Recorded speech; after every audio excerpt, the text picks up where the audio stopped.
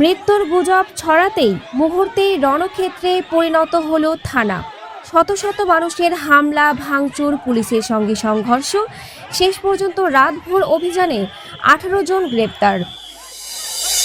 বরিশালের আগৈলঝাড়া উপজেলায় নিয়মিত অভিযানে গত বুধবার সন্ধ্যায় চুরির মামলায় একাধিক মামলার আসামি রিয়াজ ফকিরকে গ্রেপ্তার করে পুলিশ।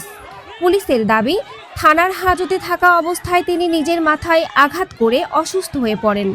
পরে তাকে হাসপাতালে চিকিৎসার জন্য পাঠানো হয়। এরপরই ছড়িয়ে পড়ে রিয়াজ ফকিরের মৃত্যুর গুজব। সেই খবর মুহূর্তেই এলাকায় উত্তেজনা ছড়িয়ে দেয়।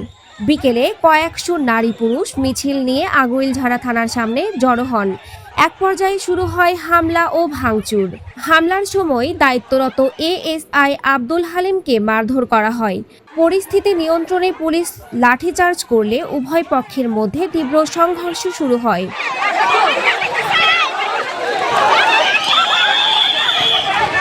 এ ঘটনায় পুলিশের 6 সদস্য সহ অন্তত 12 জন আহত হন। গুরুতর আহত ASI Abdul Halim Sher-e-Bangla medical college হাসপাতালে ভর্তি করা হয়েছে।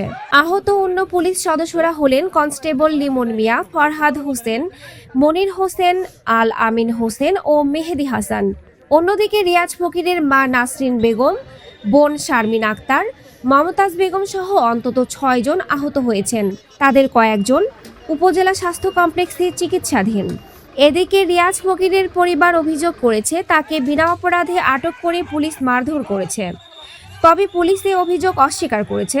পুলিশের ভাষ্য, রিয়াজ থানার হাজতেই নিজের মাথায় আঘাত করেন। বর্তমানে তিনি বরিশালে শেরেবাংলা মেডিকেল কলেজ হাসপাতালে চিকিৎসাধীন।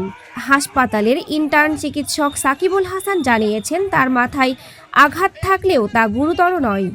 আজ শুক্রবার সকালে আগৈলঝাড়া থানার ভারপ্রাপ্ত কর্মকর্তা ওসি মোহাম্মদ মাসুদ খান জানান, হামলার ঘটনায় রাতভর অভিযান চালিয়ে 18 জনকে গ্রেপ্তার করা হয়েছে।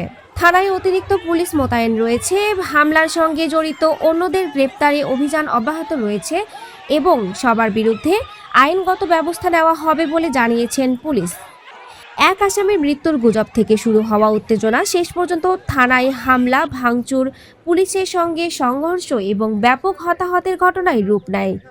পরে রাতভর অভিযানে 18 জনকে গ্রেপ্তার করেছে পুলিশ আর চিকিৎসাধীন রয়েছে রিয়াজ ফকির।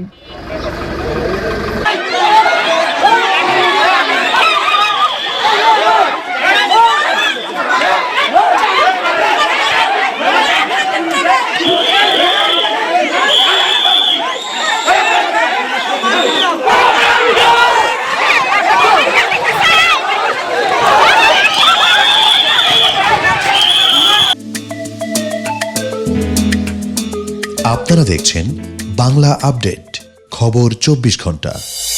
সারা বাংলার সকল সংবাদ আপডেট পেতে আমাদের সাথেই থাকুন।